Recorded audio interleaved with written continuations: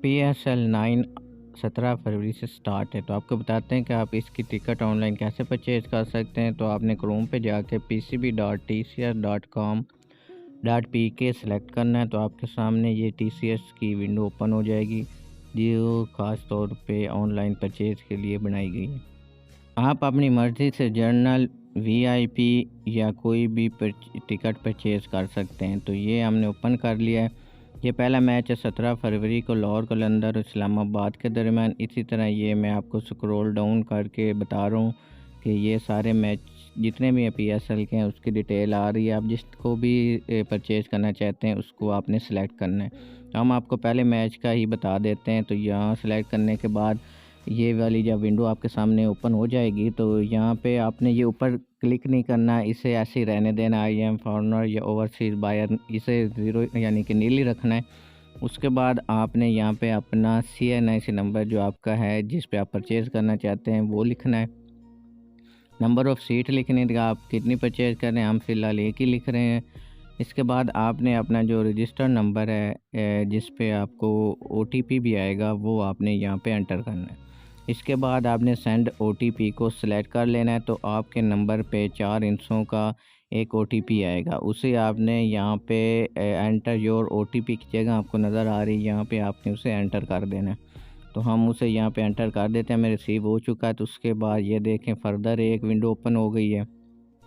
यहाँ पे आपने यहाँ पे स्पेक्टेटर आ रहा है, यहाँ पे आपने अपना full name as per CNIC लिखना है, क्योंकि वहाँ पे जब जाते हैं तो वो CNIC के मुताबिक ही वे मैच करते हैं और फिर वो एंटर होने देते हैं। तो आपने एज़ पर CNIC ही अपना नाम लिखना है और आपका जो रजिस्टर्ड ईमेल है वो भी आपने यहाँ पे लिख देना है, क्योंकि ईमेल के ज़रिए भी कंफर्मेशन होती है और वहाँ पे आपको वो टिकट कॉपी की सूरत में भी भेज देते हैं।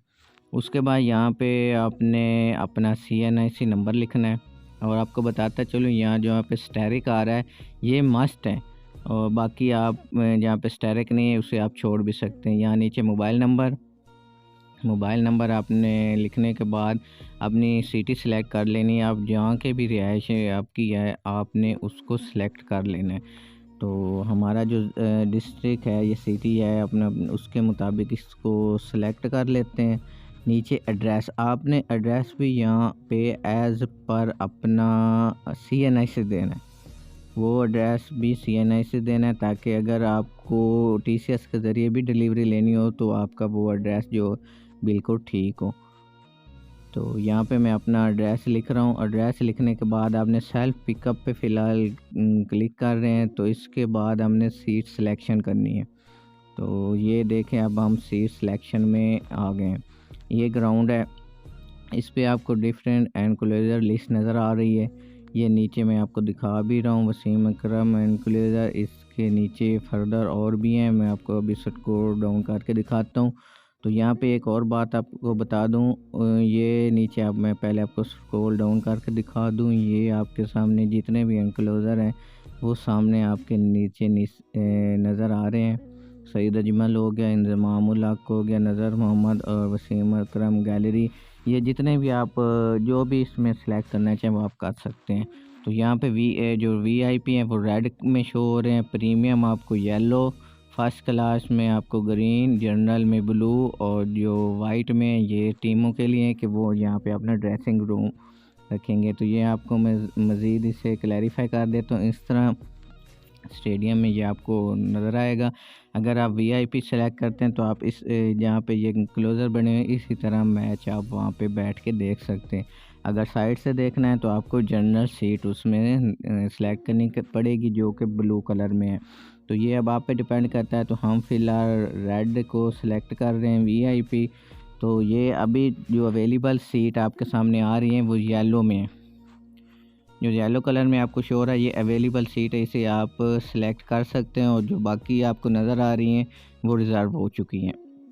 तो हमने एक सिलेक्ट कर लीजिए। देखें सिलेक्ट करने के बाद इसकी टोटल अमाउंट 2000 है, नाम भी आ गया है, अमाउंट भी आ गई और ये आगे एक ऑप्शन नज़र आ रहा है कि हमने इसकी पेमेंट कैसे करनी है। तो मास्टर कार्ड, डेबिट या क्रेडिट जो भी है आपका, आप इसमें यूज़ कर सकते हैं। तो ये आप इसमें सारी डिटेल देख लें। अभी मैच कौन सा है, टाइम किस टाइम आप का मैच स्टार्ट है, गेट नंबर क्या है एनक्लोजर वगैरह। उसके बाद आपने कार्ड पे जो दायरा नज़र आ रहा है इससे क्लिक करना है और एक्सेप्ट तमाम टर्म्स एंड कंडीशन, उसके बाद चेकआउट कर देना है।